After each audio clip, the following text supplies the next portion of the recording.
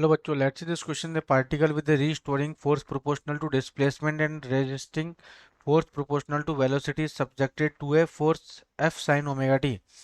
If the amplitude of the particle is maximum for omega is equals to omega 1 and the energy of the particle is maximum for omega is equals to omega 2, then the omega naught is the natural frequency of oscillation of particle.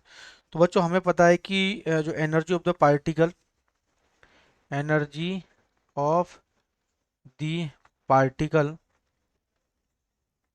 is maximum at natural frequency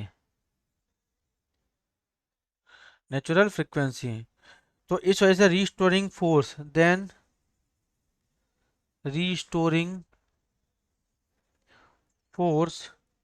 is proportional to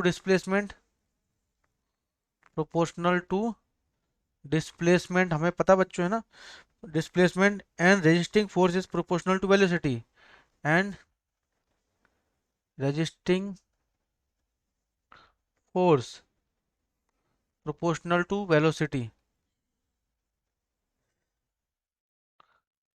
तो बच्चों जब इसके अब मुझे पता है कि f is directly proportional to x, f is equal to the minus k x, है ना, ये माइनस एक्स भी करते हैं कई बार इसको, और f is equal to minus b v. तो इस सिचुएशन में जो हमारे पास जो कंडीशन होगी, तो इस कंडीशन के अंदर जो आपका ओमेगा वन तो ओमेगा नोट के इक्वल नहीं होगा, बट ओमेगा टू जो होगा ना, ओमेगा टू क्या हमारे पास मैक्सिमम फॉर ओमेगा टू, तो omega is equal to omega naught के इक्वल होगा। मतलब ये जो ओमेगा नोट है आपका, जो नेचुरल फ्रीक्वेंसी के पास हमारी वैल्यू होती है नेचुरल फ्रीक्वेंसी, तो ऑप्शन नंबर ये तो रॉन्ग है, omega one is equal to omega naught तो आएगा ही नहीं।